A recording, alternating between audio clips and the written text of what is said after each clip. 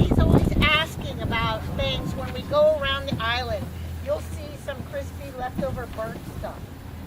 It's all from a fire. Guess what? We have campsites here, and you can have a camp stove, but you cannot have a campfire. Our 3 most popular campsites are right up there on that side of that hill. They're popular because at night you can see all these beautiful lights, but it's also really windy. So you got the good with the bad. The other side you don't have as much lights, but you got no wind. So it's pretty cool. Anyway, these guys had a campfire, and you're not supposed to, and they all denied it. The embers went up and caught the island on fire. Didn't burn the campsite. And they are all denied that they had a campfire.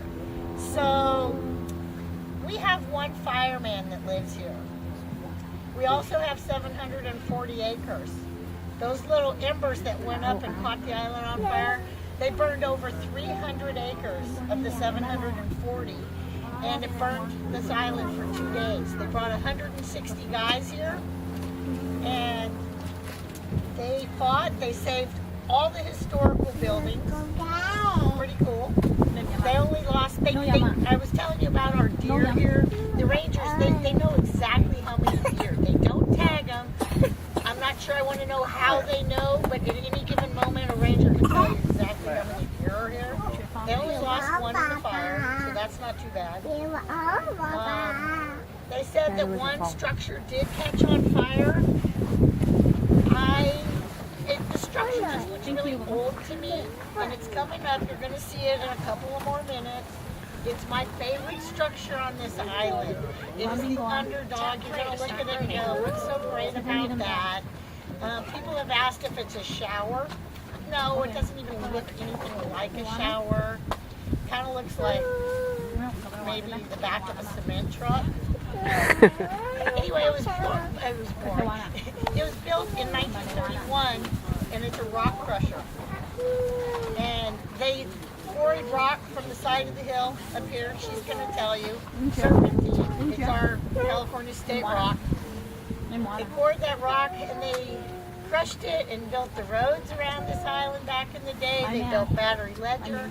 Then later on, they quarried some rock from the other side and used it for some buildings in the city and at Mare Island, our naval base. We are also going to go around, and there's going to be a spot that I will stop, pause the CD, and point it out to you. Only the rangers talk about it. The company I work for doesn't talk about it. The CD lady mentions it once. The Nike Missile site. It's just this kind of funky looking area. Again, I go for underdog stuff. I want to go in there so bad. They won't let me go in there. They said, no, no, no, you don't get to go. I asked why we don't talk about it. They said it's too controversial. But the Rangers always mention it, so I figured I could throw a little bit in. Those missiles also guarded against the Cold War stuff, and those missiles had a 30-mile range, which also interests me. Anyway, like I said, I want to go in there. They won't let me. They tell me it'll be my last day if I do. I figure on my last day, that's where I'm going. Anyway, we're going to go, and when we get to the Nike missile site, I will stop the tram and the CD and point it out to you just so you can see where it was. Right? Woo! Woo! Party girl.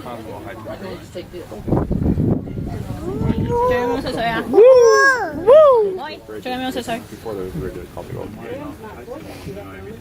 It's a gate. It's the way you have the headlines.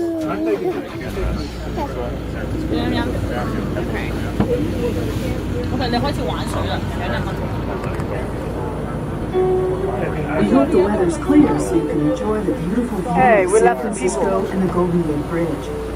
You can also see Alcatraz Island, and off to your left is the Oakland-San Francisco Bay Bridge. This is one of the best photo opportunities in the Bay Area. As we head east along the south side of the island, look to your right. You'll see a sandy beach. This is Pearls Beach. It was named after James Pearl, a civilian handyman and dairy farmer who lived on the island and worked for the Army during the 1860s. James Pearl's position was inherited by his son, Fred, who worked for the Army for 40 years. Fred Pearl was the last landowner on Angel Island. Because of its location on the windward side of the island, Pearl's Beach is a favorite spot for beachcombing. It offers a dramatic view of the Golden Gate. Above Pearl's Beach, notice the open plot of land sloping up toward the perimeter road. This area is known as Alcatraz Gardens. In 1865, soldiers stationed at Alcatraz planted vegetables here. Fresh produce from the gardens was shared among the troops at Alcatraz and Camp Reynolds. Later, when Alcatraz became a military prison, prisoners were assigned to the gardening work. After 10 years, cultivation of the Alcatraz gardens was discontinued. By then, better quality vegetables were available more cheaply in San Francisco markets.